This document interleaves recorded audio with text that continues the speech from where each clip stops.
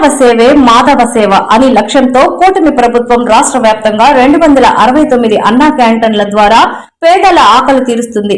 అక్షయ పాత్ర ఫౌండేషన్ సహకారంతో కేవలం 15 రూపాయలకే 3 పూటల నాణ్యమైన రుచికరమైన భోజనాన్ని పేదలకు అందిస్తున్నారు.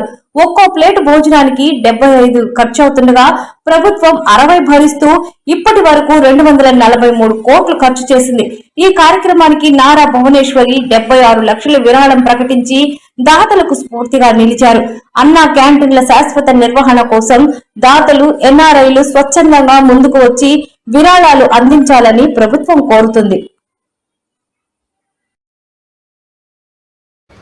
రాష్ట్రంలో అన్న క్యాంటీన్లు పేదలకు వరంగా మారాయని తెలుగుదేశం పార్టీ రాష్ట్ర కార్యనిర్వాహక కార్యదర్శి మరియు సీనియర్ టీడీపీ దిగ్గజం పాత్రల రమేష్ అన్నారు.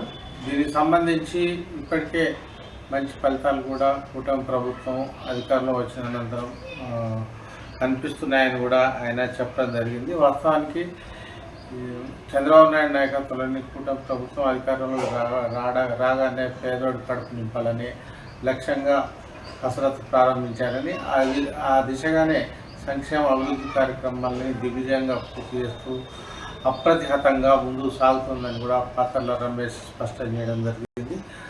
గత వైసీపీ ప్రభుత్వంలో అన్న క్యాంటీన్లను మూసివేయడం ద్వారా పాపం మూట కట్టుకోవడం జరిగిందని దాని ఫలితంగానే దాని పరిణామాలు కూడా గత సాధారణ ఎన్నికల్లో వైసీపీ పార్టీ ముఖ్యంగా మాజీ ముఖ్యమంత్రి జగన్మోహన్ రెడ్డి చవి చూడడం జరిగిందని కూడా పాత్రల రమేష్ జగన్మోహన్ రెడ్డిపై విరుచుకుపడ్డారు. అదేవిధంగా ముఖ్యంగా ఆర్థిక అవాంతరాలు ఉన్నప్పటికీ కూడా వాటిని అధిగమిస్తూనే పేదోడి కడుపు నిండాలనే పార్టీ వ్యవస్థాపకుడు స్వర్గీయ ముఖ్యమంత్రి నందమూరి తారక రామారావు గారి ఆలోచనలకు వారి స్ఫూర్తికి అనుగుణంగానే ఈ అన్న క్యాంటీన్లు అనేది కొనసాగించడం జరుగుతుందని కూడా ఈ సందర్భంగా పాత్రల రమేష్ పేర్కొన్నారు. ముఖ్యంగా చంద్రబాబు నాయుడు స్ఫూర్తి ముఖ్యంగా నవ్యాంధ్రప్రదేశ్కు కీర్తిగా మారిందని కూడా ఆయన స్పష్టం చేయడం కూడా జరిగింది. ఇప్పటికే అందుబాటులో ఉన్న అన్న క్యాంటీన్లే కాకుండా త్వరలోనే మరో 5 కూడా ప్రారంభించేందుకు రాష్ట్ర ప్రభుత్వం సన్నాహాలు చేస్తుందని కూడా ఆయన ఇప్పుడు ప్రకటించడం జరిగింది.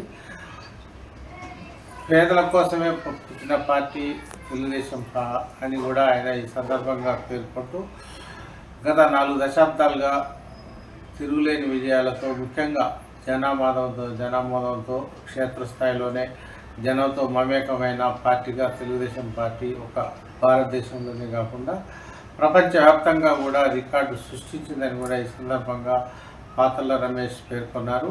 ఎన్ని అవాంతరాలు ఎదురైనప్పటికీ ఆర్థిక ఇబ్బందులు ఉన్నప్పటికీ కూడా మరోవైపు పోలవరం ప్రాజెక్టు కావచ్చు, ఇటు అమరావతి రాజధాని నిర్మాణం కావచ్చు, నవ్యాంధ్ర